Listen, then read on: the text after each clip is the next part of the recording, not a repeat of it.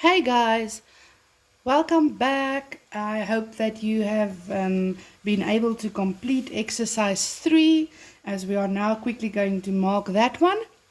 Please, if you haven't done exercise 3, stop this video right now and quickly complete 3 before you continue watching. This is the memo, and if you just watch the memo before you've tried it yourself, you're missing out on this opportunity to get it right before you just look at how I've done it.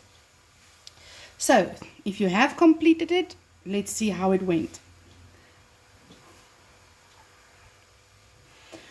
Okay, cos of 180 plus, that is third quadrant. It means cos will be negative. Cos of 90 minus, it is first quadrant. It means it'll be positive, but 90 changes cos to sin. Then sin in the second quadrant is positive, but 90 changes sin to cos. And then sin in the second quadrant is positive. From here on, sin can cancel sin, cos can cancel cos. I've literally got -1 that's left.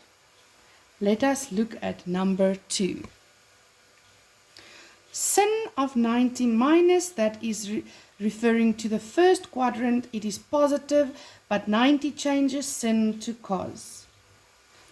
And then I've got cos in the third quadrant, which is negative. Then plus times a minus is negative, and then I've got cos squared alpha. In the previous exercise, if you've forgotten, you can maybe just turn back. If the square was there from the start, it would make that minus positive. But because the square wasn't there from the start, I must first multiply the plus and the minus, and then I can say cos times cos is cos squared. This square now doesn't belong to the minus because it wasn't there from the start. So there's just a little bit of a difference there. You can maybe look at the previous video if you have a problem with that one.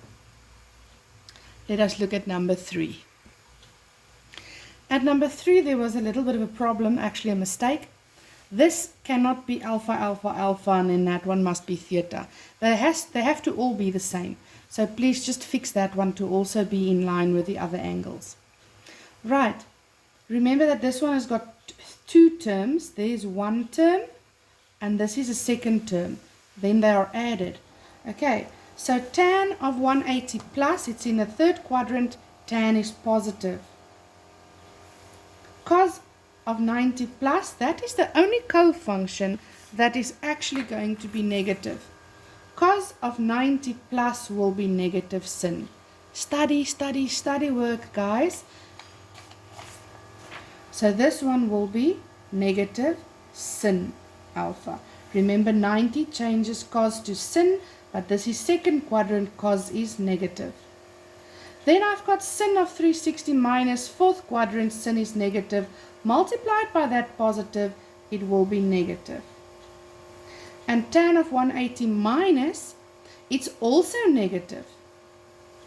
Am I going to do it in 2 steps? Or if you wanted to, you can immediately change these signs now. Now, what I'm seeing here is that I've got minus, because plus times a minus is a minus, and I've got tan alpha, sin alpha. They are being multiplied. Then I've got minus times a minus, which is a plus, and I've again got tan sin. Remember that in mathematics, it is not important in what order multiplication is written.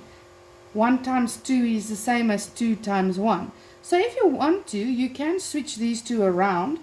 It will not make any difference. The reason I'm doing that is because now my mind can easily see it's the same. Minus something plus the same something, that will equate to 0.